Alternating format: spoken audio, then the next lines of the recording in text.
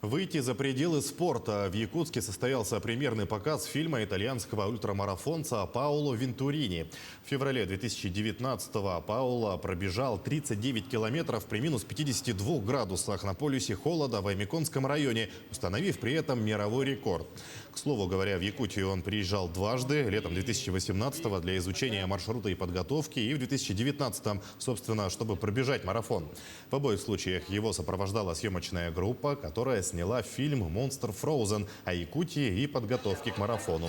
Приезд Паоло и показ его фильма содержат в себе не только культурную часть, но и работу на перспективу.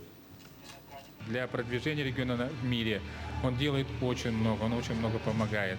Специально для этого он привез с собой директора туристической компании «Евразийские путешествия» Пьетро Ди Фебо, который встретится с нашими предпринимателями, туристическими компаниями, на форуме предпринимателей примет участие.